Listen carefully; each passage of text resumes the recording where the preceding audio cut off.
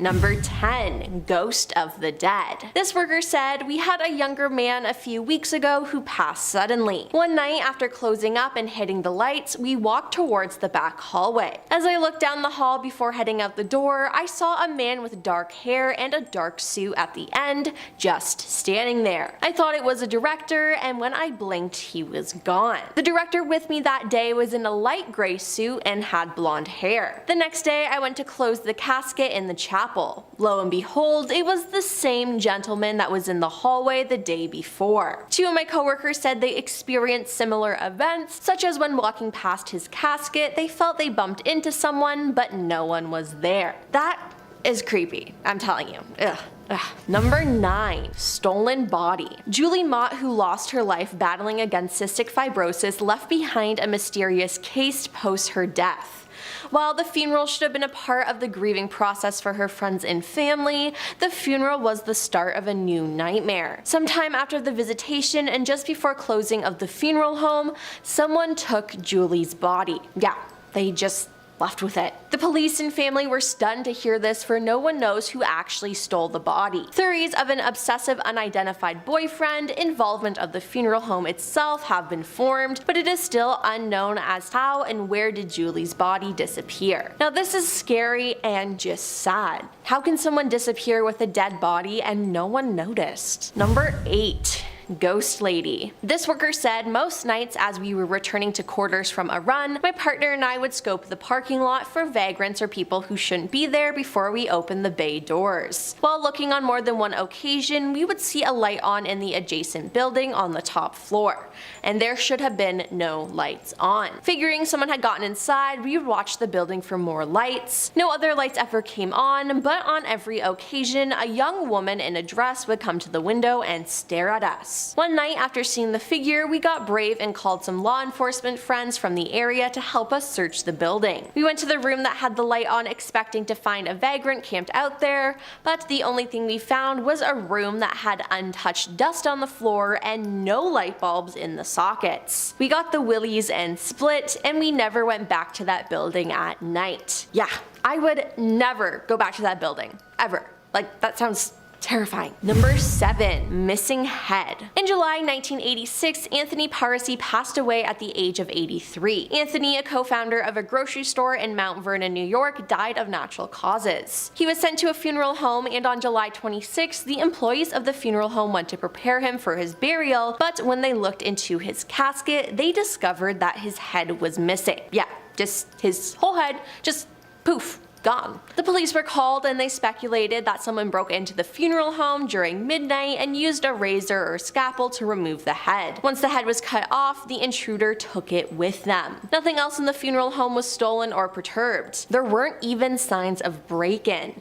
The police were baffled by the case, and they have no idea who stole the head, why it was stolen, and they don't know what happened to it because it was never found. Number 6. Spirits of the dead. This online user said, "My grandpa was a mortician for a small town in the late 60s. The morgue was attached to the house that my mom lived in. One day, her boyfriend Tom came over to the house and no one was home. They'd been dating for a while and he was comfortable going inside and waiting for my mom to come home. On the way into the house, Tom noticed that the door and windows into the morgue were open, so he checked it out, found it empty, closed everything, and went into the house. A few minutes later, he heard a loud slamming noise come from the morgue, so he ran to see what was wrong and found that the doors and windows had been thrown fully open again. He got out of there real quick, and when he told my grandpa about what happened, my grandpa just calmly explained that they had picked up a deceased woman that morning and the spirits were welcoming her and visiting with her. Next time, Tom should just leave the doors and windows open." Number 5.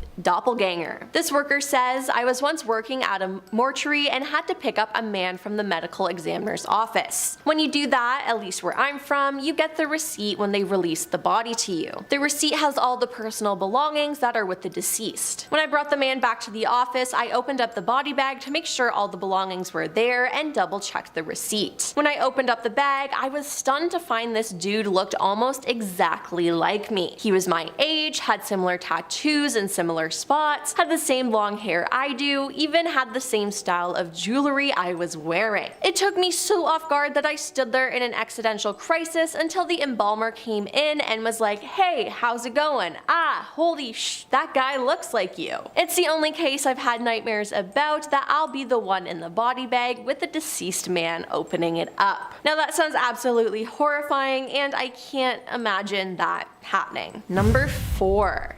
New home. A family bought a funeral home and turned it into a house, which, like, why? But this is what the father said of the experience. "Many people that have worked here or rented have told me about hearing sounds and seeing black shadows during all hours. One of the things that turned me to wonder about all of this even more is the children saying things about a black fog in different rooms during the night. It's apparent that something is causing all of this: whispers in the hallway, lights going out and coming back on, leaving rooms with lights on and seeing them turn off, even water turning on and off.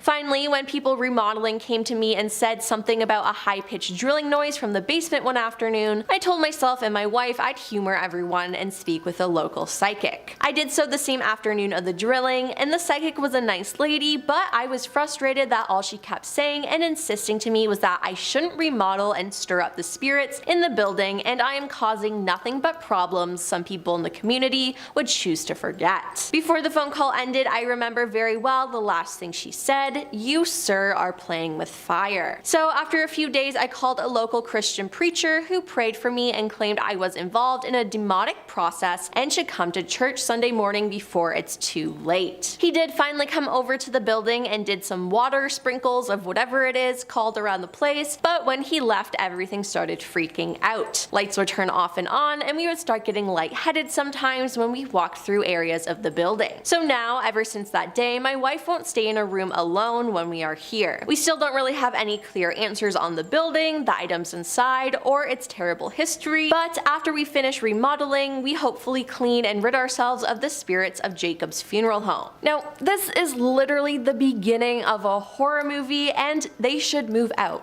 Like, right now. Number 3. Peeking from the hallway. This is a story about someone's childhood experience. They said, "There aren't many options in my town for funeral homes, so almost everyone in town has been to all of them at some point in their lives for service. I remember as a child sitting on a chair in the lobby of one of the more prominent funeral homes, bored out of my mind during a visitation for a distant relative. A kid I knew from school walks up and says hi, and we start to chat when something catches my eye. Far down the hallway, going into a closed off area of the funeral home, I see the hands of an old man come around the corner and grasp onto the wall. Slowly, the old man peeks his head around the corner and just stares blankly down the hallway into the visitation room. I'm thoroughly weirded out, and I look over at my friend who is staring down the hall. He turns to me and says, "What is he doing?" When we look back, the man is gone. I'm sorry, but the image of that is absolutely terrifying. I hate it. I have goosebumps. No. He continued on by saying, "We didn't ever really talk about it again until 20 years later when I got a call from my old friend out of the blue. He says this is going to sound crazy, but do you remember the old man at the funeral home? It was a little hazy on it, but I did remember." He continues to say, "Well, I was just there and my daughter saw him. During the viewing for my Uncle Bill, she came over and asked my wife why the creepy man down the hallway was staring around the corner at Uncle Bill, and there wasn't anyone there, man. I could hear the fear in his voice and I instantly got chills. I have been back to that funeral home many times now and I've not seen anything else, but I still get uneasy anytime I walk past that hallway." And yeah, that makes sense. Number 2. Body moved by itself. This online user said my neighbor a while back before I moved in was a mortician. One night he had a body he was preparing for a very early morning wake or service. Whatever was going on, it was unusual and it required him to work in the wee hours in the morning on this particular corpse. So as he's working on it, he turned his back to grab some tools or supplies, and the angle he was standing at with regard to the corpse left the body visible just out of the the corner of his eye. As he was looking down at whatever tools he was getting, in the corner of his eye he saw the body slowly start to sit up. His fight or flight instinct immediately kicked in and he ran to the stairs as fast as he possibly could, but he was so clumsy trying to get up the stairs he tripped and was pretty much crawling and clawing his way to the top. He was just near the top before his senses finally came back and he knew it was rigor mortis. He collected himself and started to laugh at how absurd it was. He'd been doing this for 15 to 20 years at that point and he had never had a freakout like that before where instinct took over knowledge and experience. He actually sheepishly admitted he had to go clean himself because he had soiled his pants in a panic. Dead bodies do weird things, I'm telling you. But I would probably have to change my pants too if that happened to me. And coming in at number 1 is waking up. This is a story a user posted online saying, when my cousin was 18, he was in a bad wreck and he, his girlfriend, and his sister were all pronounced dead at the scene. The police arrived to inform my aunt, his mom, and she asked that he be sent to a specific funeral home. While they were preparing to embalm him, he raised up and asked, "Where the hell am I?" Yep. He wasn't actually dead. The funeral director said it was the first time he had ever had to go home and change his pants. I should add that the top of his head was open and his brain was exposed. He was sent to the hospital, and the same police officer came to my aunt's to tell her he was not dead, but in the hospital. They thought he'd be in a vegetative state. But a few weeks later, he walked out of the hospital. He has horrible headaches on occasion, but he's led a successful life and he's a great guy. I mean, what a positive turn of events, but that would be so shocking. It's one thing for the body to move on its own, but speak, that's on a whole new level. First up, in our number 10 spot, we have the nice couple. One night, a man was hitchhiking across the US and he got into a car with a couple. They seemed pretty nice, nothing out of the ordinary. Not a long while though, after when the man had gotten home, he saw the couple on the news. Apparently they had killed a man earlier that day and they were driving with a corpse in the car.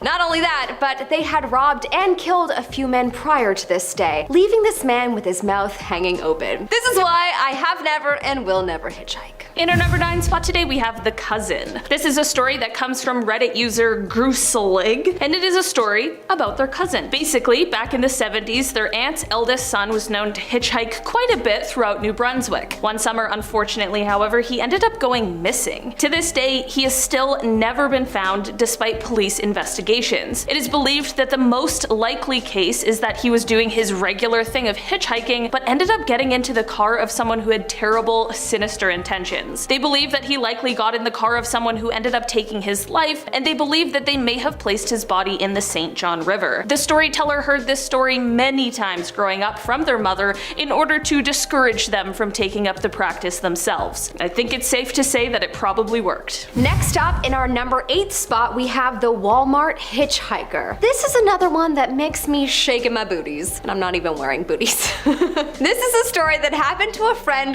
of mine. 90s babies, please someone for the love of God get this reference. This is a story about a sweet old man named Henry who lived in the same town as the Reddit user who told the story. So first off, that just makes this way more frightening. It's one thing to hear these stories, but to know someone firsthand, terrifying. Anyways, he was known to be genuinely sweet and caring, and so you can imagine the shock it brought to the town to hear what happened to him. One night, he picked up a hitchhiker just outside of town. He apparently told the hitchhiker to jump in the bed of the truck and that he would drive him to the closest Walmart. But of course, as you can probably tell where the story is going, the hitchhiker proceeded to shoot the old man in the back of the head for no reason at all. Yep, after further investigation, the hitchhiker didn't steal anything, so there is seemingly no reason. Henry thankfully did not die from this, as you would think, but he did suffer major brain damage and he is sadly permanently disabled. Is it possible that this sweet old man had enemies? Or do you think he actually was shot for no reason? Leave a comment below and let us know what you think.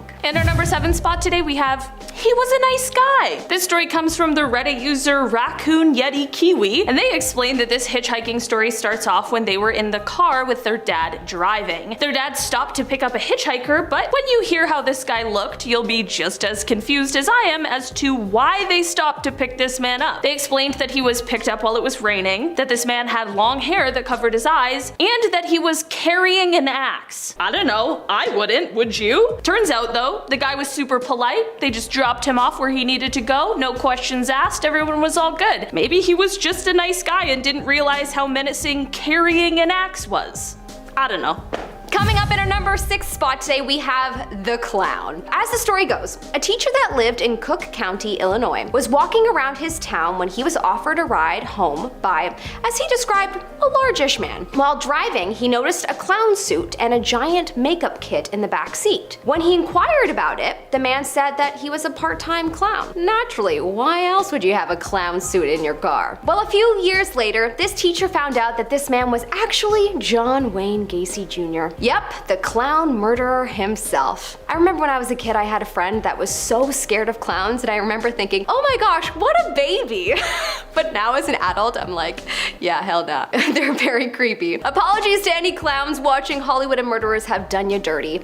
I'm sure you're nice people. In our number 5 spot today, we have I Didn't Know. So this story comes from someone who has a hitchhiking background. Like, they used to hitchhike in their youth, and now themselves they have begun picking up hitchhikers. You know, they get the lifestyle is all I'm trying to say. So fast forward to current times, this story is one that they recall as their strangest hitchhiking experience, and it's one where they're picking up a stranger, as one does. So basically, he picked up this guy who was walking in the middle of the desert, apparently while he was doing long haul trucking. It was the time of year where the weather is just absolutely unforgiving, and that's definitely part of the reason why he picked this guy up. So he picks him up, the guy gets in, and together they travel for about 300 miles before they end up getting pulled over by the police. After being pulled over, this guy ends up getting arrested. Turns out that this guy had some sort of warrant, and the storyteller almost got charged with aiding and abetting a criminal. In the end, especially since he was a completely innocent third party, the storyteller ended up getting sent off on his way, and apparently the hitchhiker was also released not too long later. Wonder what he got arrested for. In our 4th spot today, we have the tough brother. This story is told by the victim's brother. Apparently one night, his brother picked up a hitchhiker after a long night of drinking. Probably the worst time to pick up a hitchhiker, am I right? Out of nowhere, the hitchhiker pulled out a gun and proceeded to tell the brother that he was stealing his car. The brother was quite tough and into heavy lifting and such, and so he thought, you know, he could take him. He then tackled the hitchhiker, only to be shot in the bicep. A big chunk of his bicep was blown off. The hitchhiker was caught by the cops, hooray, but unfortunately, the brother can no longer do heavy lifting. In our number 3 spot today, we have a close call. This is a Reddit story that comes from the user A Brutal Cow, and they wrote, quote, "Not my story, but my dad's. He was traveling through Arizona on his way to Mexico. He looked to the side of the road and saw a man hitchhiking. My dad pulled over and asked where this guy is going, to which the man said, the next town over. My dad, being a very trusting man, and this being the 70s or 80s, decided he would give him a ride. While they were driving, they started talking and my father asked for his name. His name was Derp. My dad, quite shocked, looked at him and replied, holy crap, that's my name. They had a few small conversations, and at the next town, my dad let him out and continued to Mexico. He eventually reached the border. He pulled up and the border official asked to see his license. He took a good long look at his license. The official then took off his big aviator sunglasses and told him to pull over to the side. My dad got out of the car and they put him in a room while they searched his car. In the end, the dad was sitting in a room waiting for the next few hours, and when the officer walked back in, he received quite a shock. The officer apologized for the long wait and then explained that the man that this dad had picked up had a warrant out for his arrest. The dad asked what the warrant was for, and the officer replied, homicide. Coming up in our second spot today, we have the You Are Pretty Man. Okay, this story is such a cause for anxiety for me as it deals with potential assault, and this is the first reason I would never pick up a hitchhiker. The second would obviously be fear of being murdered, naturally. The story is told by a woman who is reflecting on her experience of being 18 and driving home from her lunch break. She spotted a 50-year-old man looking to hitchhike, and her first instinct was to ignore him. But then guilt flooded upon her as she remembered her mom and how she would always stop to help people. So she turned around and asked the man if he needed help. He immediately thanked her and said he had some groceries and meat that he didn't want to go bad, so he was very grateful for her. He asked her to drop him off at the post office nearby. So she began driving, and it wasn't even a minute before she noticed that he was just staring at her. Alarms went off in her head. He blurted out, "You sure are pretty," and then proceeded to ask her for her number. She told him no, and that she has a boyfriend, but he continued to persist. She asked him to please stop, but he got more and more aggressive. She slammed on her brakes and yelled, "Is it too much to ask for a little good karma every now and then? Get out of my car, you cad." Yes, she said cad. He must have been taken aback by the reaction, but he ended up staring blankly at her and proceeded to get out of the car, much to her surprise. He forgot his groceries, and there was actually no meat in them, which just creeped her out even more. I was sure the story was going to have a much worse ending than that, but still super nerve-wracking for anyone to have to endure. In our number 1 spot today, we have kindness goes a long way. Okay, so this is actually a wild story, and it happened to someone's friend who is named Nikki. Apparently, Nikki is just one of those like insanely sweet people who is just like a ray of sunshine and lives her life with kindness first. That is exactly what led her to one day pick up a hitchhiker. Apparently, this guy was a little shy at first, but was extremely polite, and throughout their trip, the two got to talking and actually got on pretty well. They ended up taking a pit stop at one point to grab dinner, and she happily paid for them both. Apparently, when she paid, he seemed a little flustered and awkward, but part of their conversation was about how he was pretty strapped for cash, hence the reason he was hitchhiking in the first place, and since she wasn't in the same boat, she had no problem treating them both. When she dropped him off, he asked Nikki for her phone number so that potentially sometime in the future they could catch up. She excitedly passed her number along, stoked at the idea of one day being able to catch up with this new friend. After about a week since she dropped him off, Nikki did receive a phone call from her new driving friend. This guy says to her on the phone that she should be glad she was raised to be so kind, because when he initially got in the car, he was planning on killing her and stealing her car. Once he got in and saw how kind she was, and with her buying him dinner and all of that, he just couldn't bring himself to go through with it. He finished off this terrifying conversation by saying, quote, "Please, please,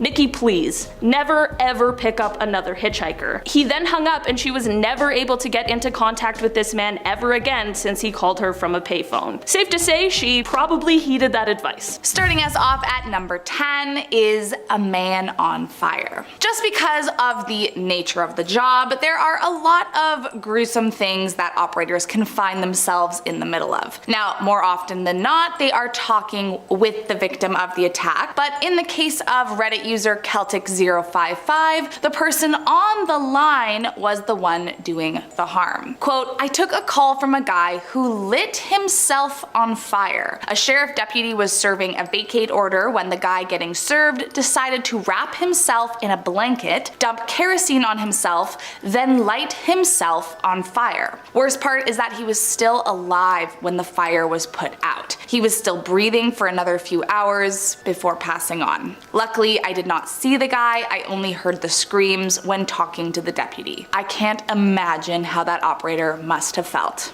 Moving on to number 9, the address. One of the most important parts of a dispatch call is to get the address as quickly as you can so that you can send out whoever needs to be on site as quickly as possible. This next story from a former Reddit user starts off by explaining they were in a training class and the teacher, who was a dispatcher, played a real life example of one of their phone calls that proves just how important that rule really is. Quote, "It was an old woman on the phone that was calling to report someone creeping around in the backyard. She asks them to hurry. The dispatcher says police are on their way but won't be there for 5 minutes. The dispatcher asks for an address but hears it wrong. As the lady is saying the address, she gets attacked and lets out this scream that sounds like a dying animal combined with the worst fear you've ever heard in your life. Then it's silent. Gone. The phone's on, you can hear someone moving stuff around. Police spent 4 hours looking for that woman's house. The dispatcher got the address wrong." Moving on to number 8, a house fire. Our next scary story comes from Reddit friend James Hetfield, and let me just say that I truly hope this person got access to some good counseling after this one. Quote, "The worst was when a lady escaped her burning house and called 911 to report it, and that her husband and daughter were still inside. The number one rule for us is to get you out and keep you out, but she went back in and died along with her family. It was only a few days before Christmas. Christmas. That one effed with me for a while. I mean, it's the fact that she was on the phone with someone who is actually safe and then just had to listen as they put themselves back in danger that neither the first responder or the operator could help them get out of. Definitely a disturbing day for anyone involved. Coming in at number 7, callback. This next story comes from Redditor #libertarian, and they start off by explaining that while they have unfortunately received many disturbing calls over the years, this one is by far the worst. Quote, "The one I had, this lady was screaming. Just horrific screaming. Then the phone went dead. Now I can only imagine the fear that would invoke for this operator, since the only way you can help these people is if you can talk to them. Now our Reddit friend was able to get a hold of her, but sadly it did not have the happy ending they were hoping for. Quote, I called back only to hear that horrific screaming again. Then I heard someone in the background screaming, he's stabbing her, he's stabbing her. She died. He did get caught by an officer I had dispatched. She literally jumped off a car roof and landed on top of the guy. Not sure what his sentence was. Seriously, this job is not for the weak. Moving on to number 6, speedboat. Next up we have a story from Redditor Lurler, and this might just be the disturbing reminder we all need to never ever ever ever manage heavy machinery that you are not confident working ever again. Otherwise, you might wind up making the biggest mistake of your life. Quote, I answered a call from a woman who had run over her husband in a speedboat and chopped off his legs. The operator continued to explain that the rest of their young family was accompanying them in the boat, so they would have witnessed the tragedy. But worst of all, quote, it was the husband's 40th birthday and he wanted to go water skiing. The wife didn't want to because she wasn't comfortable driving the boat. Unfortunately, the husband died from the accident. Coming in at number 5, Paralyzed. Next up we have a story from user AHGWG, and I actually can't fathom having to be on the other end of this call. Quote, the one that sticks with me the most was a man who was paralyzed from the waist down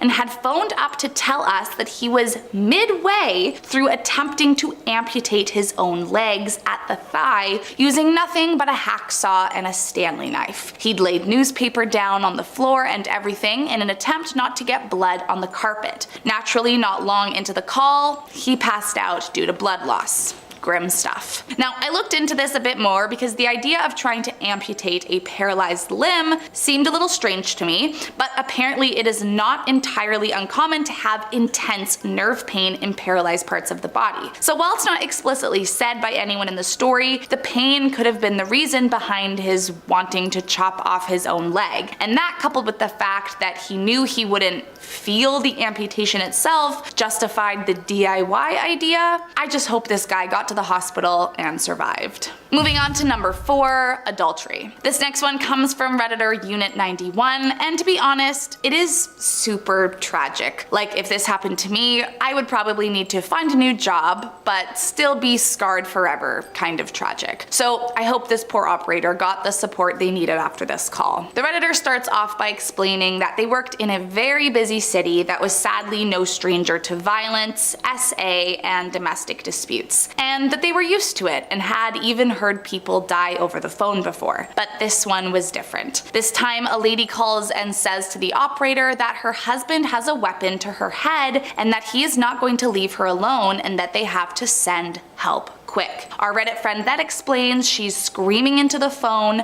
then she puts it down. Quote, all I can hear at this point is her yelling at her husband, but I love you baby, then boom. But I love you baby, boom. Something garbled, but I love you, boom. So at this point, I'm standing up, yelling into my little microphone, stop saying I love you. And everyone in the room with me now turns and looks at me like I have 5 heads. But I was caught up in the call. Turns out the man walked in on the woman and found another guy in the closet. Said guy ran out of the house, but the woman didn't make it out alive. Moving on to number 3, under the influence. So before I get into this one, I have to warn you, it is a lot. So while I am going to try to be delicate, if you have a queasy stomach, just be warned. This next story was posted to Reddit a few years ago by the user usays_lightning, and while it doesn't include a planned killing or anything like that, it might still be one of the more shocking things I have come across. Quote, I was a 911 dispatcher in Portland, Oregon, and received a call from a strung out girl. Story was, she said her boyfriend had been doing a lot of hard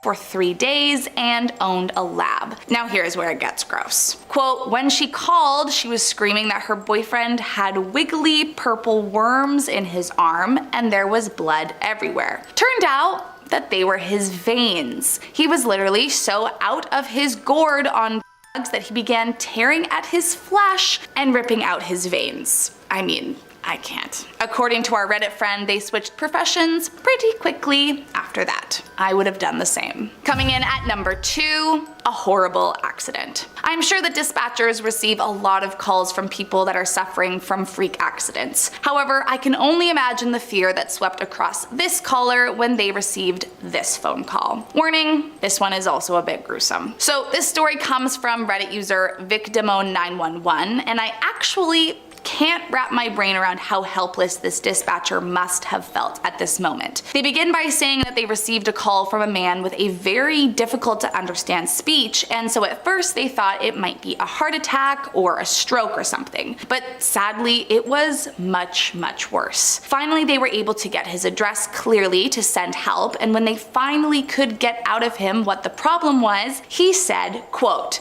cut leg off chainsaw. From there, it was just guttural moans and groans until the phone suddenly went silent. As it turns out, he had fallen from a tree with his chainsaw and accidentally cut off his own leg. He then tied his belt around the stump, crawled to his phone on the porch, and called. But sadly, he died with the phone in his hand before help could arrive. I mean, I hope they gave this poor dispatcher some counseling after that one. And last up in our number 1 spot, we have a mysterious caller. So this last one from Redditor Smokey Bonaparte is maybe not as gruesome as the others on this list, but it is certainly a disturbing call to say the least. Quote, received a call from an elderly lady who had trouble breathing. I had taken several calls from her and her husband in the past, so I recognized her voice. I dispatched an ambulance to her residence and held her on the line, trying to keep her calm while the ambulance was responding. I'm talking to her, asking her about her husband and how he was doing, and just making small talk with her. The ambulance calls in and advises they are on scene, and I let them know that she is in severe respiratory distress, and I still had her on the line. I let her know the ambulance is coming to the door to go answer the door, and she says okay and hangs up the phone. So far, pretty normal, right? Well,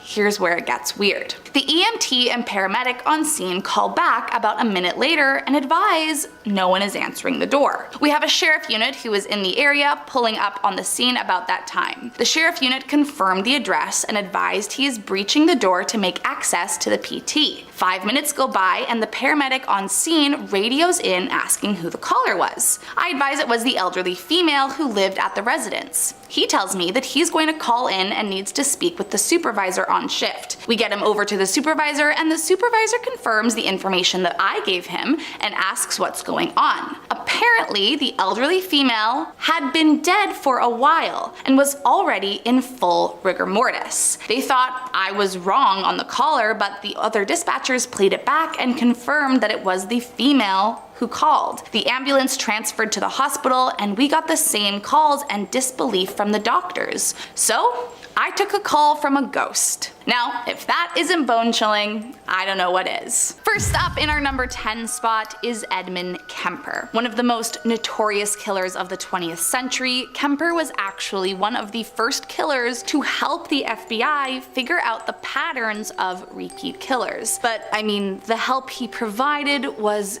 disturbing, to say the least. It started with torturing insects, then by the age of 10 he buried his pet cat alive, waited for it to die, then dug it up, decapitated it, and mounted its head on a spike. From there, things got more concerning. By the age of 13, his parents divorced and his mother became his sole parental figure. However, she was an alcoholic who mocked and humiliated him, and so their relationship turned into an extremely toxic one. At 14, Kemper ran away from home to try and be with his father, but eventually ended up living with his grandparents, and that is where things got really bad. At 15, he killed both his grandparents and was arrested for the crime. However, due to his age, he didn't face any criminal charges. By 1969, on his 21st birthday, he was released on parole against his psychologist's warning and sent to live with his mother. By 1972, he began seeking out college student victims after fights with his mother, and by 1973, he had taken the lives of 8 different women this way, becoming known in the public as the co-ed killer. Finally, in April of 1973, he took his mother's life, the one he always wanted to, and did unspeakable things to her corpse before turning himself in. In the end, Kemper was sentenced to life in prison, despite his request to be tortured to death, and will remain behind bars until his final days. Moving on to number 9, Jose Rodolfo Varela Hernandez. Also sometimes referred to as El Gato,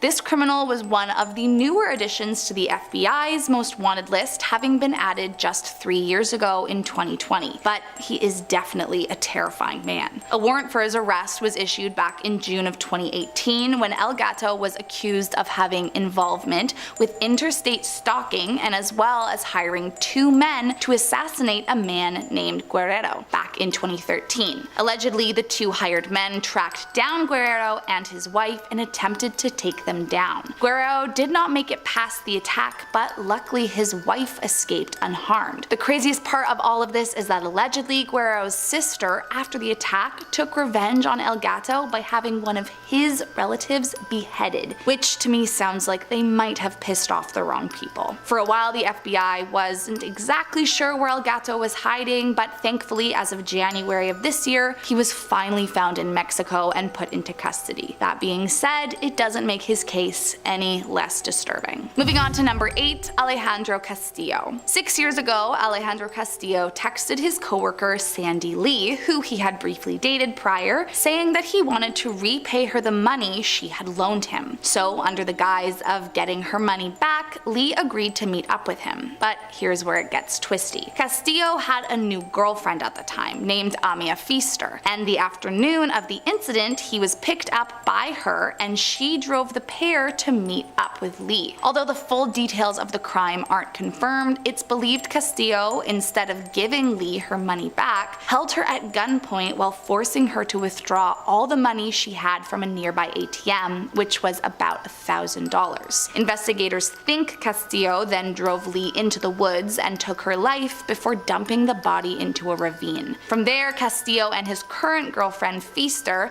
fled in his Toyota Corolla to Mexico. Since then, he hasn't been seen, but his girlfriend turned herself in 2016, confirming they had been living with Castillo's cousins when they were in hiding. The FBI hasn't been able to track him down just yet, but they do think he remains hiding in Mexico to this day. Next up at number 7, Arnaldo Jimenez. Most people have a romantic honeymoon, at least that is sort of the assumption, but Mr. Arnaldo Jimenez here seemed to have a different plan in mind. Back in 2012, the day after marrying his wife, who, to make matters worse, he already had a family with, Jimenez took her out with some friends to a club. Apparently the couple left around 4 a.m. from the club, and from there, for whatever reason, he took her life. His wife was stabbed to death in the back of his car before being dragged into the bathroom tub of her apartment and abandoned. Obviously, this creep was charged and a warrant went out for his arrest, and although authorities have reason to believe he may have fled back to Mexico, they haven't actually been able to track him down. To this day, he remains on the FBI's most wanted with a $250,000 reward for his capture. Next up at number 6, Adolf KS III. On February 9th, 1960, a milkman sounded his horn several times in an attempt to get the attention of a station wagon that was blocking the middle of a bridge. But when there was no response, he got out of his truck and walked to the vehicle. but it was empty. This was strange, he thought, since its engine was running and the radio was playing, so after moving the car himself, he reported the matter to local police, who quickly determined that the car belonged to Adolf KS III, heir to the Coors Brewing Company fortune. KS had left his house not far from the bridge that morning, but had not been seen since. 24 hours into the investigation, the FBI entered the case, and good thing too, because that afternoon, KS's wife Mary received a note demanding ransom for the return of her husband. The investigation continued with nearly 23 agents on the case, but sadly, despite payment, his body was found on September 11, 1960 in a remote area in Douglas County, Colorado. The man responsible was Joseph Corbett Jr., who had fled to Canada, but was eventually caught and sentenced to prison, where he ultimately died. Coming in at number 5, Scott Armstrong. In the early to mid 2000s, Scott Armstrong was a special FBI agent who had recently become a member of the Cyber Crimes Task Force at the Boone County Sheriff's Department, and he had a very important job to do there: to protect vulnerable members of society from illicit photography. So you can imagine other FBI agents' shock when Armstrong soon found himself in an arraignment for third-degree assault on one of these vulnerable members who it was his job to protect. According to the Callaway County Police Department, the incident occurred at Armstrong's residence at around midnight on March 1st, 2014, and Armstrong was accused of putting a boy in a chokehold that ended up with him losing consciousness. The boy's parents later took photos of their son's neck, which had signs of being choked, including redness and fabric patterns. While Armstrong pleaded not guilty to the accusation, he admitted he'd placed his arm around the victim's neck until he passed out, which, I mean, to me sounds like the same thing. However, what was never explained in the report is why the boy was at Armstrong's residence in the first place. And even worse, Armstrong was only sentenced to 1-year probation, mandated to complete 25 hours of community service, and fined $325.39. Moving on to number 4, Patty Hurst. Referred to by the FBI as the strangest case in their history, Patty Hurst was an heiress to the Hurst publishing fortune. In 1974, at 19 years old, she was kidnapped from her apartment she shared with her fiance by a group called the Symbionese Liberation Army. Now, the Symbionese Liberation Army, or SLA, was the first left-wing terror group in the USA, and they chose Patty to leverage the Hurst family's political influence to free 2 SLA members who had been arrested in 1973. In the subsequent 19 months, Hurst was severely harmed, but began to align with the SLA, participating in their crimes, including making weapons and a bank robbery, and was eventually arrested with other members of the SLA and charged with the crimes she participated in. Upon her arrest, Hurst shared the horrors that had happened to her while a prisoner, claiming to have been a victim of Stockholm Syndrome. But despite the controversial circumstances, she was convicted of bank robbery and sentenced to prison. That being said, in 1979, President Jimmy Carter commuted her sentence to time served, and in 2001, she was pardoned by President Bill Clinton. Coming in at number 3, Gary Ridgeway. Another disturbing case for the FBI, Gary grew up in a troubled household with very little stability, which led to him wetting his bed well into his teen years. After each incident, his mother would clean him up, which led Gary to have conflicting feelings of both anger and desire towards his mother, often fantasizing about killing her and doing awful things to her. When he got older, he joined the military, and although he was married, he started to become obsessed with escorts.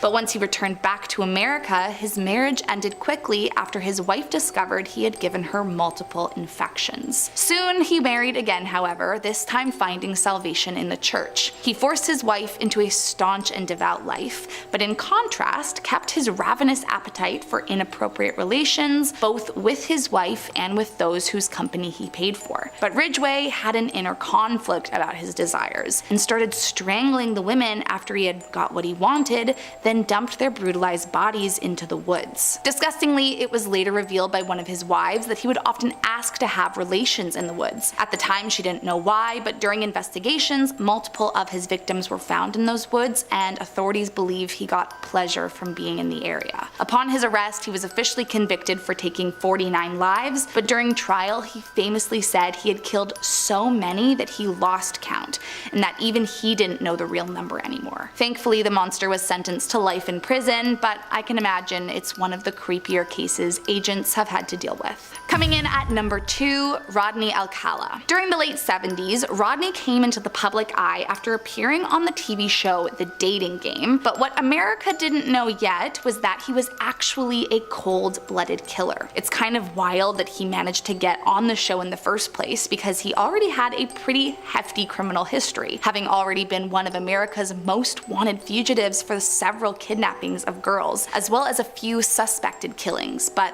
I guess they just didn't do much of a background check on the contestants. At the time, fellow contestants thought he was very strange and creepy, but still he won the competition and a date with the Bachelorette. However, she too felt something was wrong with him and refused to go on a date, which authorities believe was what might have thrown Rodney over the edge. He began kidnapping at a much higher rate, inviting unsuspecting girls and boys to his house to model for him. Once he got them to his house, he would take them into his photo room and force them to take photos before taking advantage of them and ending their lives. Finally, authorities caught on to him, and upon his 1979 arrest, police uncovered more than 1,000 photographs linking him to a suspected 130 victims. Officially, he was convicted for 8 killings and sentenced to death, but died of natural causes before the day came. And last up in our number 1 spot, Mississippi burning. In 1964, during the Freedom Summer in America,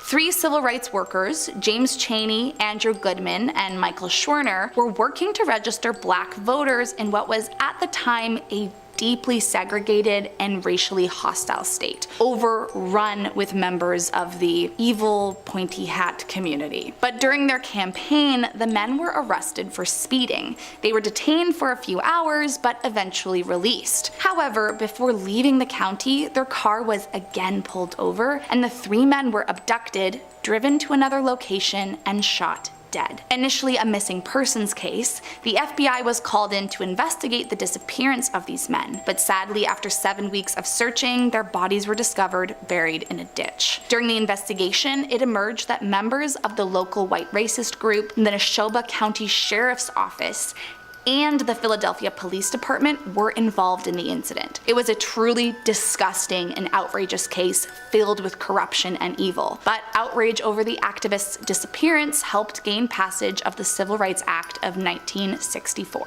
Starting us off at number 10 is Dan Cooper. Back in 1971, a man who went by the alias Dan Cooper hijacked a commercial plane, and no one has ever been able to find him since. According to those involved, shortly after takeoff, he handed a note to a flight attendant claiming to have a bomb in his briefcase. He demanded 4 parachutes and $200,000 in $20 bills, which is the equivalent of like $1.2 million nowadays. Otherwise, he was going to kill everyone on the plane. After the flight landed in Seattle, Cooper released the 36 passengers once authorities had provided him with the money and parachutes, but kept both pilots, 1 flight engineer, and flight attendants as hostages on the plane. From there, he forced them to fly to Mexico City, but somewhere over Nevada, Cooper jumped off the plane with the stolen cash. The FBI launched a massive search that is still considered one of the longest and most exhaustive investigations in FBI history, but Dan Cooper has yet to be found, and I'm sure many agents lost sleep over trying to figure out this case. Moving on to number 9, the West Mesa bone collector. Back in 2009, a woman on a leisurely walk with her dog came across something peculiar.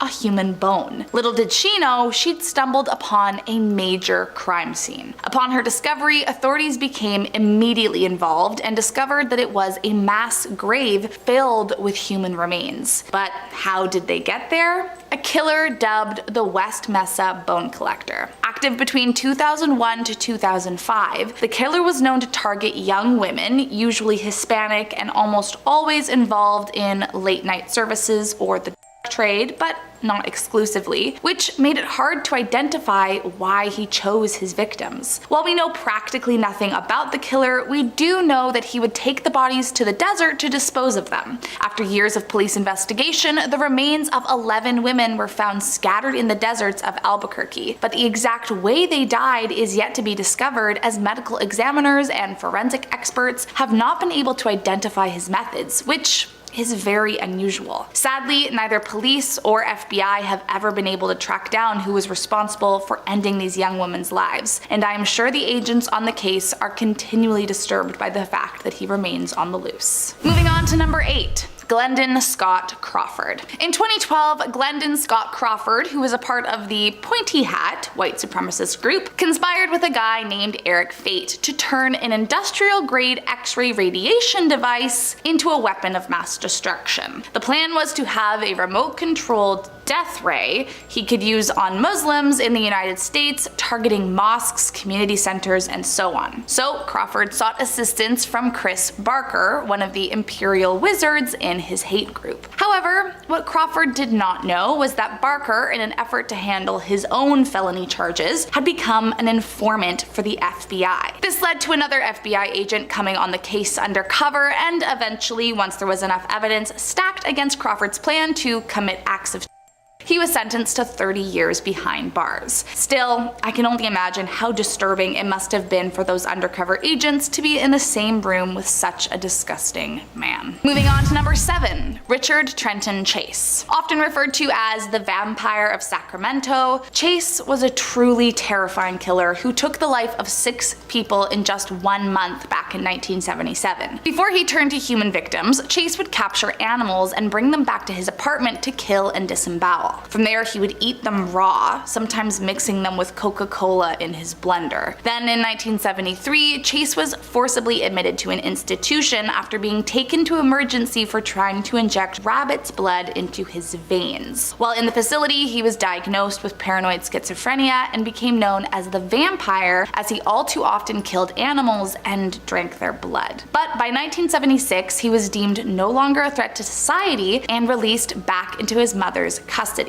Tragically, she began weaning him off his medication, believing he didn't really need it, and once again he slipped into old habits. But this time it wasn't birds and rabbits Chase was harming, he was breaking into homes and killing people before treating them just as he did his animals. Eventually he was put on trial for his 6 victims, and a jury ruled him guilty, rejecting the defense's attempt that he could not be tried due to insanity. Chase was sentenced to death, but ended up taking his own life while behind bars before his execution. Coming in at number 6, Daniela Green. Born in Germany, Daniela moved to the US with her family before she was hired as a contract linguist for the FBI in 2011. While working at the FBI, they made use of her bilingual skills and ended up assigning her to a German terror criminal known as Individual A at the time. Through research, Green discovered her subject was a former rap artist named Dennis Cuthbert, who had joined, that group, and over time, Green found ways to correspond with Cuthbert. However, in a shocking turn of events, their relationship turned romantic. Soon, Green made secretive plans to fly out to Syria and meet him, and within hours of her arrival, the two got married. But it didn't take long before she realized what a mess she found herself in, and ended up emailing an acquaintance for help. Within 5 weeks, American authorities caught up to her. Green was arrested and returned to the US, but was released after only 9 months in jail, and the FBI spun her involvement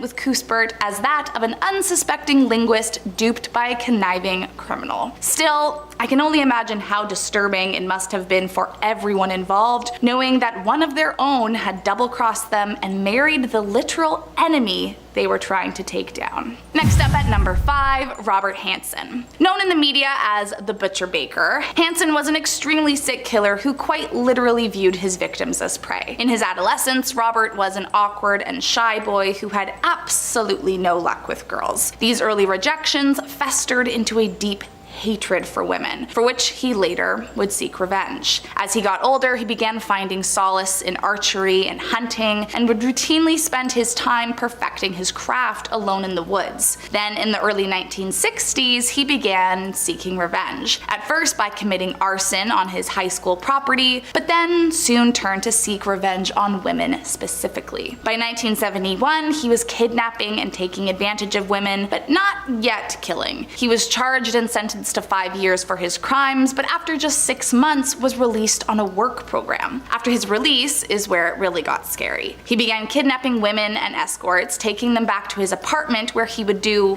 awful things to their bodies, before flying them out to secluded areas in the wilderness and telling them he was going to hunt them down and kill them. Tragically, an estimated 21 women lost their lives to this monster, but thankfully he was convicted and sentenced to 461 years in prison without possibility of parole.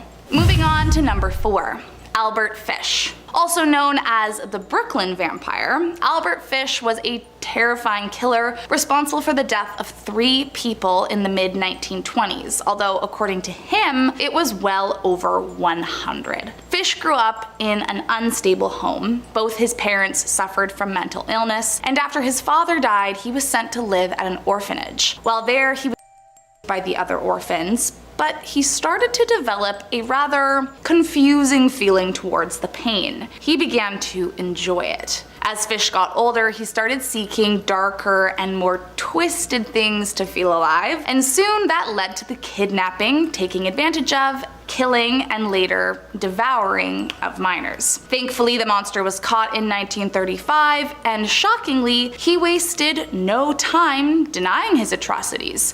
In fact, he almost seemed proud of them. I can't, and frankly won't, go into detail about what he did, but it is some of the most disgusting stuff I have ever read about. And I can only imagine the agents on his case felt the same. Eventually, Fish was sentenced to death and died by electric chair in 1936. After his death, his lawyer refused to release his final statement, saying, quote, "I will never show it to anyone. It was the most filthy string of obscenities that I have ever read." Next up at number 3, Michael James Pratt.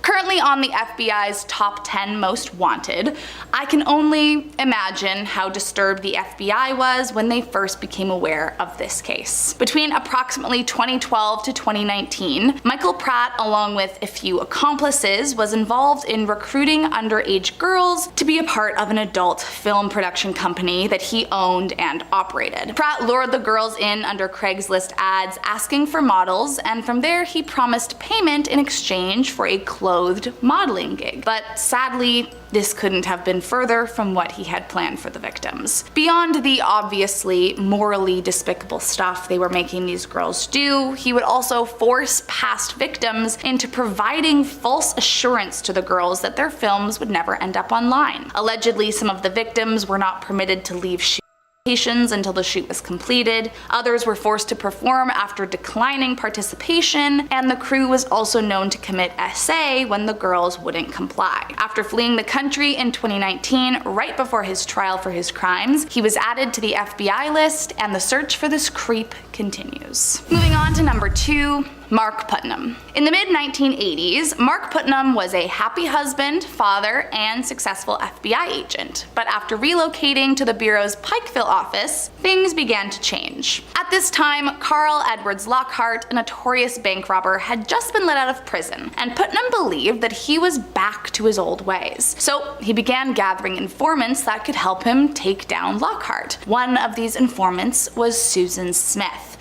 addicted divorcee raising a family who needed the cash. But soon, she became more than just Putnam's informant. The two began an affair, and by 1989, Smith was allegedly pregnant. This terrified Putnam. He knew it would not only ruin his marriage, but end his career, and so he demanded a paternity test and explained he and his wife could adopt from her. This, however, led to a violent fight between them that ultimately ended with Putnam strangling Susan to death. Initially, the suspect was Susan's ex-husband, but soon Putnam was interrogated, and after failing a polygraph, he confessed to the whole thing and offered to lead the FBI to where she was. However, there are a few mysteries. Susan Smith's sister claimed that FBI agent Ron Poole, Putnam's superior, not only knew about Smith's alleged pregnancy, but also disclosed to Smith information about Putnam's illicit activities with other informants.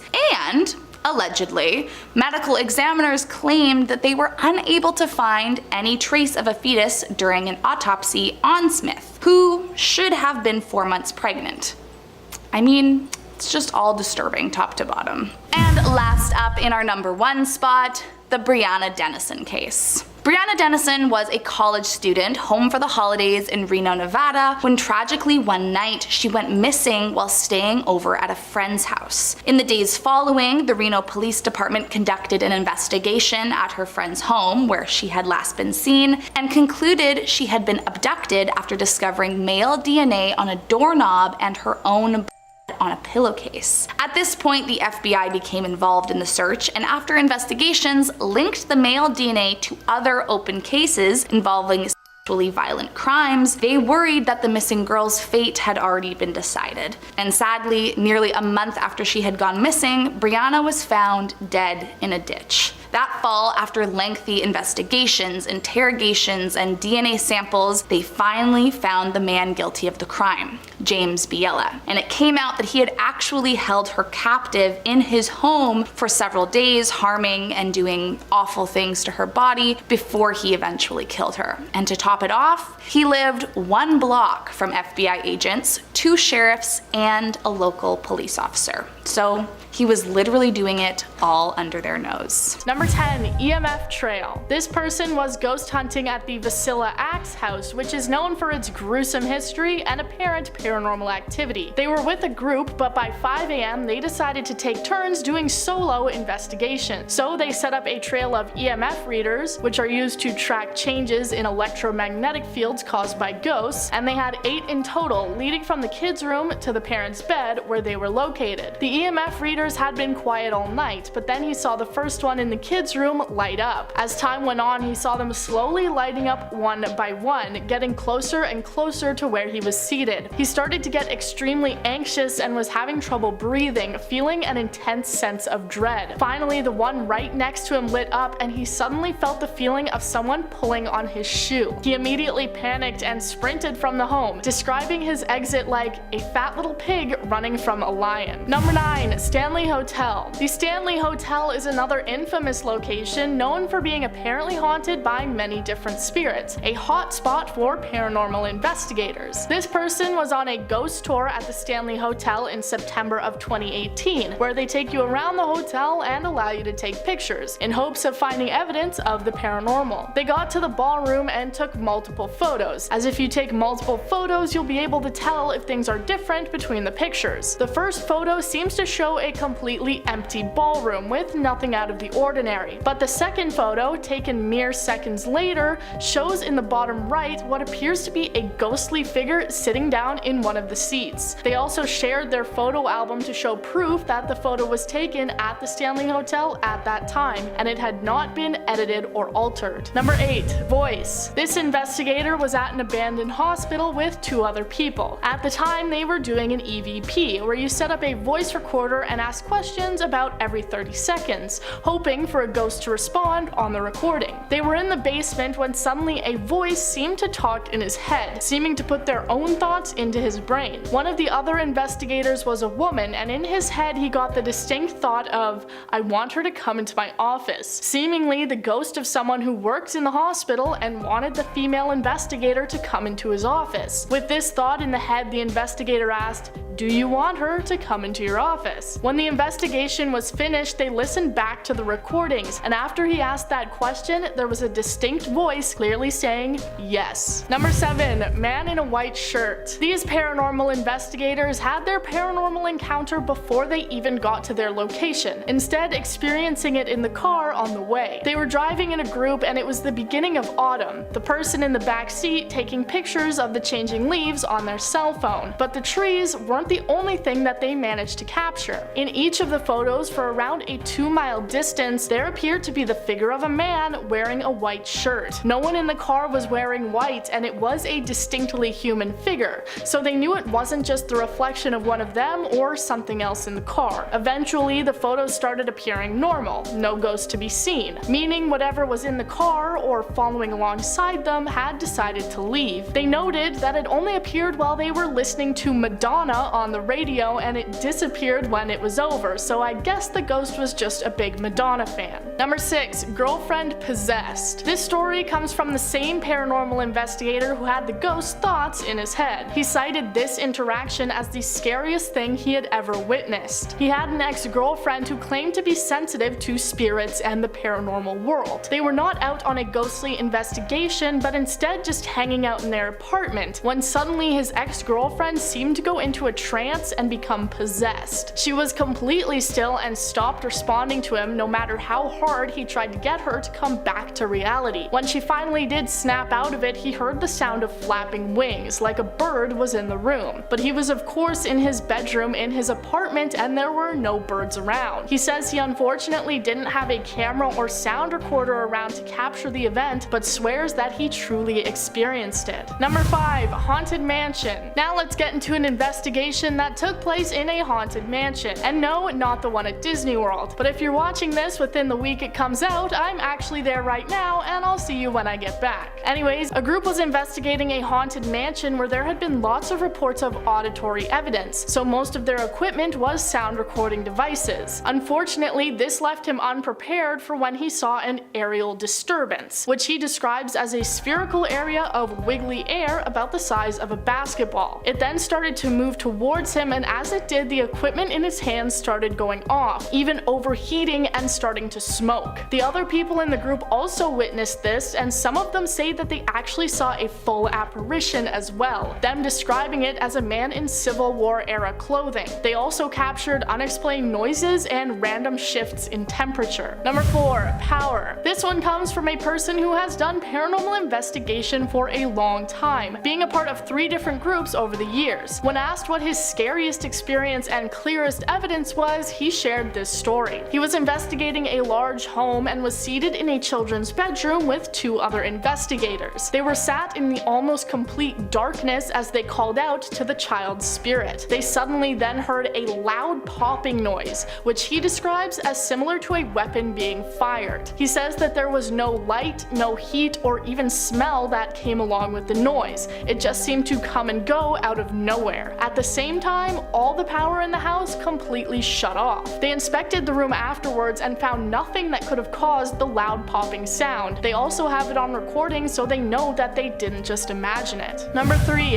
Help me. This investigator was invited to stay overnight at a guild hall in London, where they reported having things disappear from their bedrooms only to turn up in the basement. The basement apparently being the hub for the majority of activity. They set up sound recorders, cameras, and other equipment in the basement before locking the door, and setting up security cameras to ensure that nobody went in or out. The next day when they returned, they found that nothing appeared to have been touched, and they started going through all the recordings and tapes. All of them were empty except for one. An hour after everyone left the building, he can hear 2 voices talking, and one that seems to ask, "Is that the bathroom?" He also heard the voice of a weak-sounding woman saying, "Please help me." About 15 minutes later, it says again, "Oh God, Paul, please help me." The freakiest part of this story being that the name of the paranormal paranormal investigator was Paul. Number 2. Asylum Ghost. The Anoka State Hospital is located in Minnesota and opened in the year 1900, operating for almost a full century before closing in 1999. It has a long history of patients being treated poorly and anyone who passed away being buried in an unmarked grave. There are also underground tunnels through which patients would apparently try to escape but would often pass away. One person went into the asylum by himself, bringing his camera to try and catch pictures of any ghosts. He apparently heard various different unexplained noises like shuffling and footsteps, so he decided to start taking pictures, and that's when he caught this photo. It appears to show the shape of a person standing in a long robe at the end of the hallway. The hospital has a reputation of being haunted by the ghosts of all its patients, so it's possible that this person may have managed to catch a picture of one of the spirits. Number 1. Apparition. Alright, this one in our number 1 spot actually comes from my own friend in the United States who does paranormal investigations. When I started writing this video, I reached out to him and asked if he had anything to share, and this is what he sent me. He was with his friend exploring an abandoned hospital in Michigan, and they discovered that all the buildings were connected with small tunnels. One of the building's entrances was blocked off, so they decided to try and find their way in using the tunnels. While making their way though, they found a long tunnel that appeared to go on for a mile or two, so they decided to just turn back, taking a photo of the tunnel ahead of them before they left. It wasn't until after that he realized he captured what looks like a full body apparition with its hands on its hips. They're planning to go back for a full investigation as they've gone twice and heard things like footsteps, doors, and more. So shout out to Icy for that one, and good luck. Try not to get killed by a ghost. Starting off at number 10 now, we have the military ghost. This one comes from a guy who said he did his military training at Fort Leonard Wood in Missouri. The barracks were at least 50 years old by this point. Every night, new recruits were told to stay awake for an hour and mop the floor until the next soldier was woken up to take over. One night, the guy, Jack, was sitting underneath the speakers trying to stay awake when a voice came out of them. Now usually, it was one of his commanding officers barking orders to wake up, but this time it was different. A soft woman's voice could be heard, barely even a whisper. She said, "Private, get everyone outside, right now. Right now, Private, everyone outside." He was surprised, not because it was a woman, as he did have female drill sergeants, but because the voice was so soft. Jack headed down the hallway where he found another guard also standing duty. He asked him if he had heard the voice. The guard said no. Jack thought it must have just been his imagination and didn't want to risk waking everyone up just because his mind was playing sleepy tricks on him. The rest of the night was normal, and Jack put it to the back of his mind until weeks later. One day they had a 3-day field training exercise. On the last day, they all sat around a fire and everyone swapped stories. The drill sergeant shared some stories of the base. Jack's sergeant told a story of the first female drill sergeant on that base. She was harassed so much that it was unrelenting, and then one day she snapped. She hung herself from some exposed water pipes using her belt. A few years later, they plastered over the exposed pipes. The reason? So they could put the speakers up there on the wall. Next up at number 9 now, we have the wedding party. This one comes from Reddit user PyKing9000. He said when he was in high school, he worked for a catering company, so his hours would often be very late. On one such night, he was resetting a room for a wedding that was happening the next day. A co-worker told him to go upstairs and get some chairs from the room that had just hosted a wedding that night. When he got to the room, he noticed there were still people in there, chatting away and having a good time. He was confused and told them the wedding had already ended. He took the chairs down and told his co-worker there were still guests up there. He asked if they needed anything else from that room or should they just wait for them to leave. It was the co-worker's turn to look confused now. He said he'd just been up to that room as well and didn't remember seeing anyone up there at all. They went up to the room and sure enough, the room was completely empty and looked like it had been for hours. Some Redditors think this may have been a ghostly echo of a wedding that has already happened years ago, or perhaps they were spirits looking to recreate the good times they'd had in life. Moving on to number 8 now, we have a story from UltiMabdon316. He said that one night he was working at a fancy hotel next to an airport. One night he got a call from a lady in room 204. She said there was arguing, loud banging and crying from the room next to her. He checked the computer, but the the system showed there was nobody in that room due to maintenance issues. Confused, he called his supervisor to see what to do. She told him to call the on-site security and follow them up with a key. When they stepped out of the elevator, they heard the sound of crying. It was loud. His heart started racing as he neared the door. The security guard put the key in, opens up the door and flicks on the light. As they enter the room, the shower is on, steam coming out from underneath the door. There was only one lamp on in the room. The air was very cold, and then he saw her. A woman, stripped down to her underwear, was lying on the bed sobbing. As they approached, she rolled over. She was pale, covered in blood, and just staring at them. At that moment, they realized the shower had stopped and the door was open. There in the doorway was a huge, ominous-looking man. Security tased and arrested him. It turns out that he was a criminal who was hiding in hotel rooms to kidnap and sexually assault women who stayed there, sometimes murdering them afterwards. At number 7 now we have swinging. Smashly Pimpson is the Reddit user who shared this story. He said that he worked in a department store where every year before Christmas he would have to stay overnight to sort out all the new merchandise. One year he was stuffing a duvet into a bag when all of a sudden a picture frame that was just hanging up a few aisles away crashed to the ground and smashed everywhere. He was too tired to care and went to the back to get a dustpan and brush. There were plastic bags of clothes hung up on a conveyor belt on the ceiling. As he looked up, he saw one single bag was swinging hard. It was banging around as if someone had just shoved it moments ago. No other bags were moving. He freaked out and quickly grabbed the dustpan and brush and left. However, when he got to the smashed picture frame, it was gone. All of it. None of the other employees there knew what he was talking about, and the memory of that night has never quite left him. At number 6 now we have The Girl. This one comes from Banksy420, who said they work in a restaurant that has its own bakery attached. All the bakery staff would always talk about the ghost of a little girl who haunted the whole place, but he didn't know that when he started the job. One day things were moving quite slow, and so he did some prep work by himself in the kitchen. He was at the prep table, kind of zoning out and just listening to music. Then he felt someone right next to him, as if they were shoulder to shoulder, a sudden presence that wasn't there before. Then he heard a little girl's voice very sweetly say, "Hi Josh, how are you?" He said he even felt her breath as the words were spoken. He said it felt so vivid, but when he turned around, there was nobody there. He told his co-workers this, and they weren't too surprised. They were all quite familiar with the ghost of the little girl. They just learned to not answer her back. Moving on to number 5 now, we have the dolls. One girl said she used to work the night shift at a Greasy Spoon diner.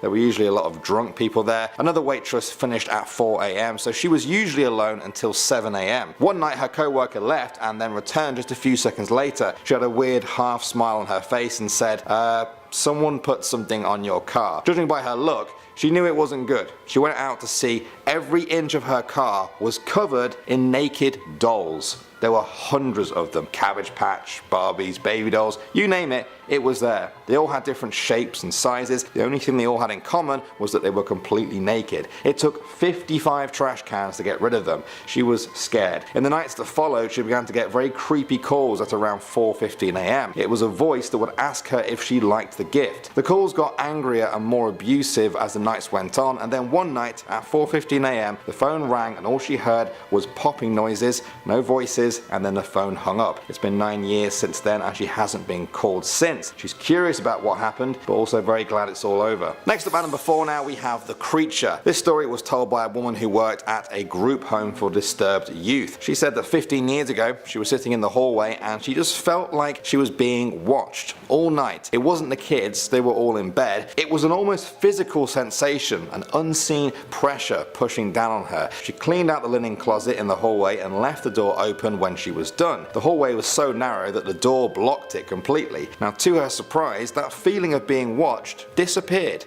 Like a switch being flipped. Happy, she continued on like this for 2 more nights, and then on that 3rd night she was doing bed checks when something in the hallway caught her eye. She slowly turned her head to look down the hallway and froze. The linen closet door was now halfway open and there was a tall, elongated creature hunched over the back of the door, gripping it, its head peering out over it. It didn't have a face or clothes, but it was flesh colored with elongated arms and legs. It stood at least 7 foot tall, Despite not having a face, she knew that it was staring at her. She ran to the staff office and sat huddled in the corner for 6 hours until the relief staff came. She told nobody but her family, and now all of us. At number 3 now we have the Watcher. This one comes from Reddit user Baby Butter Blues. She said that after leaving college she got a job as a nanny for 2 elementary age girls. For the parents' anniversary they went on a week-long cruise, and so she babysat the kids. For the first few nights the 8-year-old would go into her room multiple times a night and wake her up. It was obvious she hadn't pre-planned what she was going to give as her reason for waking her up, so she would just stumble through an excuse on the spot, like, I just wanted to make sure we are still going to the park tomorrow. The babysitter figured the girl was just missing her parents and feeling a bit unsettled, so she let it slide at first. However, by the 4th or 5th time she'd had enough. She told the girl not to wake her unless it was for an emergency. With that she went to sleep for a few more hours. It wasn't to last though. Around 5 AM she woke up, but there wasn't any obvious reason for it. She just felt strange. She turned over and almost jumped out of her skin. The girl had brought over a chair right next to the bed and was staring at the babysitter. Her long black hair was draped over her expressionless face. The babysitter asked what she was doing. The girl simply said, I just thought it would be fun to watch you sleep. I didn't wake you. That is where the story ends, but I presume at that point the babysitter was just sprinting down the road. That's what I do. Next up at number 2 now we have the tapping. This one comes from Reddit user Elanco. He said that his job in Canada involves him looking after a factory. On one winter night it reached minus 30 degrees Celsius. It was a rough shift. One of his co-workers told him she'd cover him while he went for a quick nap in his car. He parked across the street from the plant so that his supervisor couldn't see him on the camera. With that he fell asleep quickly. However, just 15 minutes later he was woken up to the sound of tapping. It was around 3 AM and by the time he pulled himself together and looked around he saw, well, nothing. The parking lot was big and empty, but there was nobody there at all. Whoever tapped on his window must have been able to move incredibly fast or not even be human. He was too shaken to continue his nap and so decided to head back to work and tell his co-worker about what happened. She'd been working there longer and knew the area better. She didn't seem fazed when he told her what happened. She simply said, oh yeah, that happens all the time with everyone working the night shift. We don't know who or what it is. Can you even imagine? I think the scariest part of that is the possibility of it not being an animal or human. What do you guys think? I also think it was probably hiding under the car. How creepy is that? And finally, number 1 now we have the dispatcher. Ariadne Hayes said that he used to work as a police emergency dispatcher for the police department in his city. He was working overnight once when a woman called in to say her depressed husband had gone missing. The police asked around and found out that he sometimes liked to go to an old cemetery and just be alone. With this lead, they sent 2 officers out there to look for him. When they got there, they saw the door to an old stone mausoleum was cracked open. They went in and stumbled through the dark underground rooms surrounded by the tombs of the dead. Then one of their flashlights caught a figure standing at the very back. It looked like they had their guy. They were relieved. They walked towards him, but it wasn't until they were right next to him they realized they had got it all wrong. They had found the right guy, but he wasn't standing, he was hanging. The ceiling was so low to the ground that his feet were barely an inch off the floor. The officers hightailed it out of there and told the dispatcher this very creepy story. Starting off number 10 now we have the Slammer. This one comes from a Reddit user who said he used to work as a security guard in an old jail. There were abandoned jail cells in the basements below that hadn't been used in years. Part of his duties involved patrolling for potential squatters. Now one night, it was only his 2nd time patrolling alone and things started getting weird. He went down to the old prison cells, a long narrow hallway lined by cells on both sides. The hallway was always lit by light bulbs hanging down from the ceiling. He was walking past the 4th column of cells when suddenly the lights just went out. He turned his flashlight on and walked back towards the light switch. Just as he was about to turn them back on, the lights flickered on again. He decided to get out of there. He walked quickly past the cells, glancing at them to check. About halfway down, the lights went off again and instantly he heard 2 cell doors just slam in the darkness. He ran with his flashlight on straight towards the other end of the hallway, reached the end and ran up to his workstation. He then called his supervisor and asked him if there were any electrical issues that had been reported. He said no. He stayed inside his workstation, terrified of what was lurking below him in the abandoned jail cells. Moving on to number 9 now, we have the body. This one comes from Reddit user Yaxax. He said that his very first job was running a cloakroom in a nightclub. Over the road there was a multi-story car park. One night around around 1 a.m. he found himself zoning out and just staring at the car park when he noticed a body fall from the top and then plunge below his vision. He jolted up and ran outside to the balcony to look over, but there wasn't a body on the floor. He was very creeped out, but thought it must have just been his imagination. However, it kept happening. At least once a week, always around 1 a.m, he would see a body fall limply from the top of the car park and disappear without a trace. It happened so much that he could remember what the body looked like, what they were wearing, everything. Whenever he mentioned this to the other staff though, they said they'd never heard anything about it or seen anything at all. He watched the CCTV, but the cameras couldn't see anything. He looked up information to see if anyone had died there, but found nothing. The unknown falling body remains an unsolved mystery. Next up at number 8 now, we have the transporter. This one comes from a Reddit user who said he used to work as a transporter in a hospital. Now during his time there, they were moving from their old creepy hospital into a brand new facility. The old building was being gradually shut down bit by bit. The east wing had already been closed. One night he was getting a patient from the west wing. He saw a small group of nurses who used to work in the east wing. They looked very shaken. When he checked on them, they said they had just been to the east wing to give it one last look over for old time's sake. When they were there though, one of the phones started ringing. A nurse answered it. She said there was a woman's voice on the other end that sounded confused. She said, "How can I help you?" asked the nurse. "Where am I?" came the reply. "This is a hospital. Are you a patient here?" replied the nurse. "Oh, okay," came the reply again. The phone line then went dead. The nurse looked at the screen on the phone to see where the call had come from. It had come from the room right next to the nurse's station they were at. By this point, the rooms had all been cleared out, including the phones. They looked into the rooms, nobody was there. They looked at each other in absolute horror and then ran for the elevator. They had gone there for old time's sake, but now they were very eager to get out of there forever. At number 7 now, we have the Angels. This one comes from Reddit user DKM2004. He said that just after he graduated high school, he started working at a truck stop a few miles outside of his town. He usually worked evenings but had to take a night shift one night. At 3 a.m, he was struggling to stay awake when a car slowly pulled up into the parking lot. There was a guy in the driver's seat who was crying his eyes out and a woman in a passenger seat just staring straight ahead, blankly. Not moving, showing no emotion at all. They sat there like that for an hour. Then the guy got out of his car and entered the truck stop. He grabbed a few random items and put them on the counter. The whole time he kept looking around him as if he was checking for other people. There was nobody there though but the two of them. He then stopped looking around and stared right into the cashier's eyes. The tears stopped flowing for a moment. In a low voice he said, "It's quiet out here, isn't it? So quiet you can almost hear the angels singing." He then left the store and got into the car. The girl had still not moved an inch. What do you guys make of that one? Moving on to number 6 now, we have the President's Chair. This one comes from Reddit user Gur Graves, who worked as a security officer at a small company's headquarters in New York. Now he was working from himself one night from midnight to 6 a.m. Little did he know that one of the employees had actually stayed in the building after hours. The employee hadn't been spotted before everyone left, so he didn't know there was someone there. He noticed a movement on one of the screens and then again a few minutes later.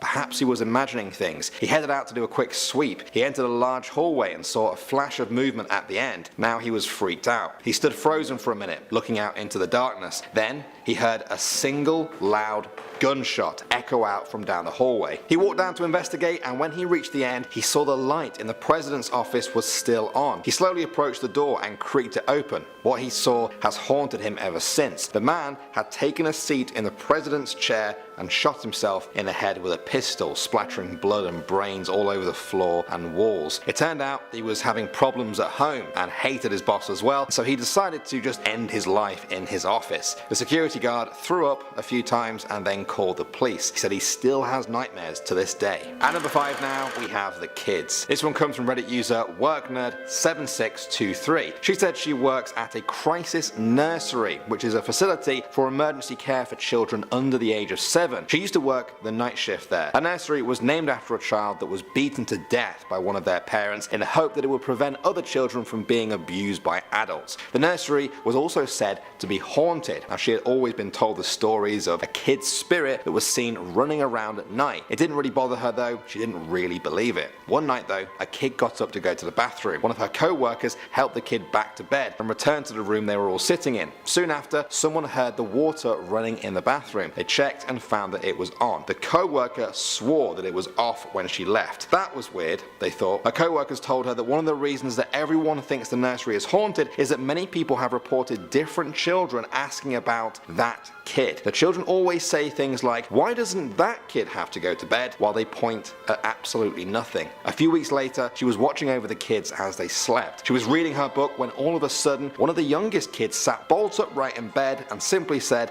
"Hey, how come they aren't asleep? Why do they get to play? I want to play too." They continued to point at a wall. Nothing was there. She was instantly hit by shivers. She felt so scared she almost screamed. Ever since that night, she has refused to be in that room alone. Moving on to number 4 now, we have the accident. This one comes from Reddit user Rud07. She said she used to work the night shift at a hotel front desk. She had seen everything. Drunk, angry people, the mentally unstable. She thought that she was prepared for any sight or scene. One night, the hotel was hosting a college baseball team. The team came back around 11 and went up to their rooms and straight to bed. No big deal, she thought. Then, around 1 AM, the coaches came back. They were very drunk. They went up to their rooms and that was the last she heard for about an hour. While she was setting up for breakfast, she heard the elevator ding at around 2 or 3 AM. Out of the elevator burst one of the coaches, running straight out of the front door. After a moment, he runs back inside, shouting, "He fell, he fell." She ran outside, already dialing for the police, and saw one of the coaches lying on the ground. He was face down in a huge puddle of blood. In a daze, she put him in the rescue position so that he wouldn't choke on his own blood. The paramedics got there, and as they were loading him up, one of them wiped his head to reveal a split that was so wide and so deep she actually saw his brain. He was taken to hospital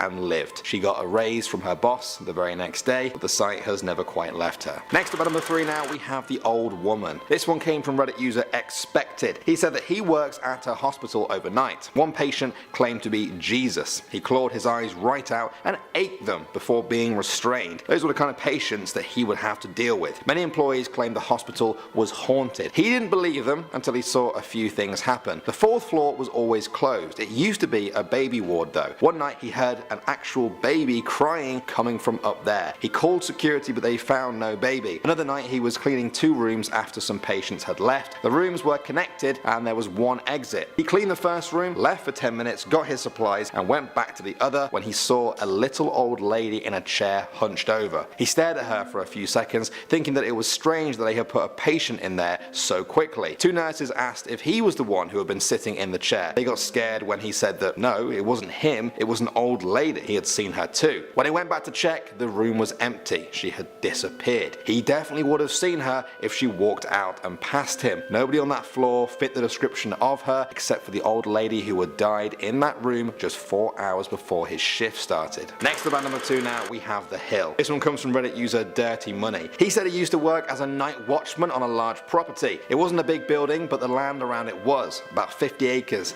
and very secluded. He was always alone. There was also a long gated driveway. One night he started his rounds by walking out of the front door. The area was lit up. As soon as he locked the door behind him and took a step, he heard a woman's voice scream, "Oh my god, somebody please help me," at the end of the driveway. It was quite faint and he took 5 running steps into the driveway, skidded to a stop, and then they ran back inside to call the police. They came with multiple police cars and even a helicopter, but they found absolutely nothing. To this day, he thinks it was people out in the woods who were trying to lure him out of his secluded house and rob him or the house or do something even worse to him. And finally now at number 1, we have the ghost ship. This one comes from Reddit user Inquisitive About You. He said that he used to be a ship officer on a container ship many years ago, sailing out into the Indian Ocean. On one night shift, an object showed up on the radar on a collision course with their ship. It was a clear night on a calm sea and an almost full moon. They looked out to get a visual confirmation but saw nothing. After waiting for almost an hour, the radar indicated that the mystery ship was still on a collision course with them. The captain was called. He and the other seasoned officers just couldn't figure out what was going on. To be better safe than sorry, the captain decided to perform an evasive maneuver. The other ship seemed to change course together with them and was now back on a collision course. Both of their radars showed the ship. It even had its own name and call sign. When the ship got closer, it became very clear there was nothing above the water. Though it was probably a radar malfunction, the captain ordered his crew to ready the lifeboats and prepared to deploy on impact. The dot on the radar collided with them and then disappeared. Nothing happened. In the next harbour, the radars were checked thoroughly by experts who said that they were fine. Whatever showed up on the radar should have been there in real life. Now what do you guys think the explanation is for that? Starting off at number 10 now, we have the Oldsmobile. This one comes from Thought Catalog. One user said, "My daughter was driving from Wichita Falls, Texas to Oklahoma City on I-44 to catch our plane home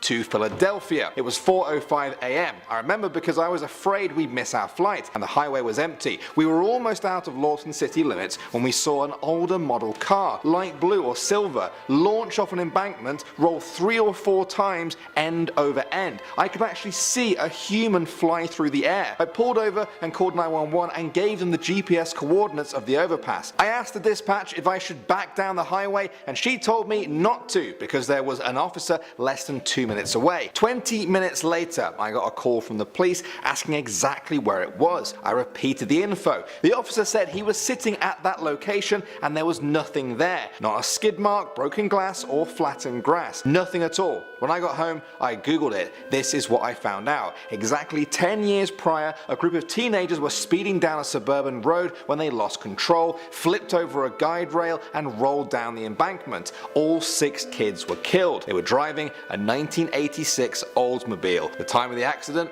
4:05 a.m. It's a classic case of a phantom crash. We've talked about that before on the channel. Some people dismiss them, but others say that ghosts are formed when people die in intense moments with unfinished business here on Earth. A car crash does seem like it might fit the bill there pretty well. Moving on to number 9 now, we have the cemetery. This one comes from Thought Catalog again, where one girl said, "I live in a small town in South Texas. When I was 19, a boyfriend of mine, myself and 2 other friends were driving down an old back road towards a cemetery that hadn't been used since the 1800s. It was about 3 a.m. and we pulled up into the cemetery only to see off in the distance 4 white hooded figures circling a grave in the distance. We didn't stay long enough to investigate. We turned around and left real quick." Yeah, I think they made the right call there. People in hoods standing in a cemetery that hasn't been used in well over 100 years. They're probably not having a picnic, are they? No sandwiches there. Coming at number 8 now, we have the fog. This one comes from Thought Catalog again, where someone said, "I was driving home from work about 2 a.m. It was a beautiful night, so I decided to take a route home that was more in the country instead of through town. I had to cross an old bridge that had been there probably 80 to 100 years. There's no houses or lights except my headlights. Just as my front tires hit the bridge, a red fog rolls across it. The hair stood up on the back of my neck. I got across that bridge as fast as possible. After I got across it, I looked in my mirror and the fog is gone, but it looked like someone was standing in the middle of the bridge. I mentioned it to my parents the next morning and my dad said he'd always heard stories about that bridge and supposedly a young lady hung herself from it. Nope. If that happened to me, I would just leave that bridge alone. That bridge belongs to the ghost girl forever. Let her keep it. I'll go around, swim. At the number 7 spot now, guys, we have The Whisper. This is another one from Thought Catalog, where a guy said, "Driving home from work one night, exhausted after working a double shift, I was on the freeway and fell asleep behind the wheel. I heard a woman's voice very gently whisper in my ear. She said, 'Wake up.' Just loud enough to wake me up, but not startle me awake. I woke up just in time to avoid colliding with a bunch of rogue construction barrels. That was like 20 years ago, and I never forgot that voice." Well, okay, it's great that they heard the whisper. It might have actually saved their life, but it's still really creepy. What do you guys think the explanation is for this? Was it just a voice in their head, perhaps, or something a bit more supernatural? At the number 6 spot now, we have Dog's Eyes. Shep Big Strong Fella on Reddit said, "I was driving a van across Switzerland on the Autobahn in the dark, very little lighting as I came down the hillside into a valley. I noticed what I thought was a man running down the right-hand lane in the distance at 2 to 2:30 a.m. There was some moonlight. As I get closer, he's running really strange, like loping. So as I'm going past him, out of politeness and not to blind him, I flick my main beams off, and as I do it, he turns his head around and his eyes are reflected like a dog. Every hair stood up on my body. I put my foot down. There were no woods around or houses, and the nearest town must have been 30 miles away. Truly terrifying." I agree. I think that's very creepy. Whenever someone shows a sort of animalistic nature, even if it's like the accidental reflection from their eyes, eyes. It's pretty terrifying stuff, especially alone on a road at night. Moving on to number 5 now, we have The Stranger. This one comes from Reddit user Smuffy72. He said, I used to work second shift. I got off around 11:30 one night, drove over to my girlfriend's house and stayed there for a few hours. A pretty bad thunderstorm started up and I decided to head home. My dog hates storms and didn't want to leave her alone. There's 2 ways back to my house from hers. One runs through town and takes 20 minutes or so. One is a single lane dirt road that only takes about 8 minutes. This night I chose the dirt road. There are no houses on this dirt road for about an 8-mile stretch. It's raining hard as well. I'm in the middle of the Alabama woods creeping down this dirt road. I come around a curve and there is a very large man standing right in the middle of the road wearing a black hoodie with his hood up, dark colored pants and dark shoes. I slammed on the brakes and stopped. He takes a few steps towards my truck and I freaked out and threw my truck into reverse, backed up, and he runs towards me and then darts into the woods. Due to being in the middle of nowhere, I didn't have cell reception, so as soon as I got home I called the cops and reported it. 2 nights later, a woman had a similar experience. He actually tried to get into her car. Police searched the woods several times and they found a camp but never found the actual guy. The thing I find crazy is that guy had a camp. When you think of a camp, you might think of like a summer camp or going camping with your friends. A murderer's camp though, not so appealing. Moving on to number 4 now guys, we have the Ent. This person on Reddit said, I was driving in the dark with my wife down a small country lane in rural Kent, UK. There were trees on both sides of the road. This particular part was a long steep hill going up and it was a fairly foggy night. Just 2 cars, me in front and this guy behind me, not close, who'd been there for a few miles. Suddenly, this giant shadowy tree Ent-like figure literally loomed up and grew out of the road at the top of the hill. Practically myself and started to slow. My wife made an odd noise as she noticed as well. It seemed like it was the headlights of the guy behind me and some tree branches, and they were all reflecting onto the fog like a screen. Not unexplainable, but definitely the scariest in the moment. Yeah, I can see where he's going with this one. I'm sure that stuff is totally explainable. Probably is just a strange shadow or the human brain playing tricks, or maybe it was an actual Ent and the trees have finally come to life to take their revenge upon humanity. They're all equally valid theories. Next up at number 3 now, we have the friendly advice. This one came from Thought Catalog where someone said, I had pulled over one night to fuss at my 2 younger children. A car pulled up beside me and told me that there had been a wreck over the next hill and traffic was stopped. They suggested that I take a side road that detoured the wreck. I thanked them and they left. I decided to not take the road because I'm from the country and didn't want to get lost. As I drove by the detour road, I looked over and saw the couple had stopped and gotten out of their car. There was nothing but woods all around. It was just getting dark and that's all I could see. The next morning, as I drove by the same road, I saw the dead end sign just past where the couple had gotten out of their car. It still gives me chills when I drive past it now, and it's been 15 years since it happened. That is terrifying. I mean, it's one thing being scared of nature or the dark or just kind of natural things around you, but how creepy would it be knowing that those people were probably planning on jumping you? Moving on to number 2 now, we have the flames. Volunteer Magic said, I was on a road trip with my wife at the time and her kid. I believe this happened after we passed through New Mexico and went into Texas. It was 3 AM and we came over a large hill and everything is on fire. Just fields and fields of fire. It looked like the goddamn apocalypse. I had no clue what I was looking at, but my wife at the time and her kid were completely asleep, so I had no one that could bear witness to this, and I didn't want to wake anyone up because, wow, how would you like it if you got woken up and everything was on fire? That does sound pretty terrifying. Can you guys even imagine waking up in the car and just seeing pure fire everywhere, as far as the eye can see? Some people commented suggesting that it's probably farmers doing controlled burns, a fairly common practice in tall grass prairies. That's a comforting explanation to hear now, but probably of no help when you're right in the middle of it. And finally, number 1 now, we have white t-shirt and jeans. This one also came from an anonymous user from Reddit who said, coming home from a night shift, driving down a back road I traveled literally thousands of times. On one side of the road, there is a 6-foot drop onto onto train tracks. The other side runs vertically up a hillside approximately 25 miles. No guardrails. In my headlights, I saw a young man dressed in a white shirt and dark pants suddenly dart out into the road from the hillside, stop in the middle of the road to look at my truck, and then sprint over to the other side and down the embankment. I slammed on my brakes, got out with the flashlight from under my seat, and ran to the trackside thinking he had to be hurt. Nothing. Absolutely quiet except the sound of my truck engine. I got home, which took all of about 5 minutes in my mind since I was shaking so hard, and said something to my dad. He grinned from ear to ear and told me it was probably the guy who was killed on that road when my dad was in high school. White t-shirt and jeans was what he was wearing. Whoever hit him ditched his body on the tracks and just left. The sheriff found him the next morning. He does that every once in a while to people driving that road alone at night. Scared the crap out of you, didn't he? I laughed and nodded. Wow, the story was great, but honestly, the ending to it was a little bit weird. I wonder why they were laughing about that pretty horrifying experience. Probably just nervous laughter.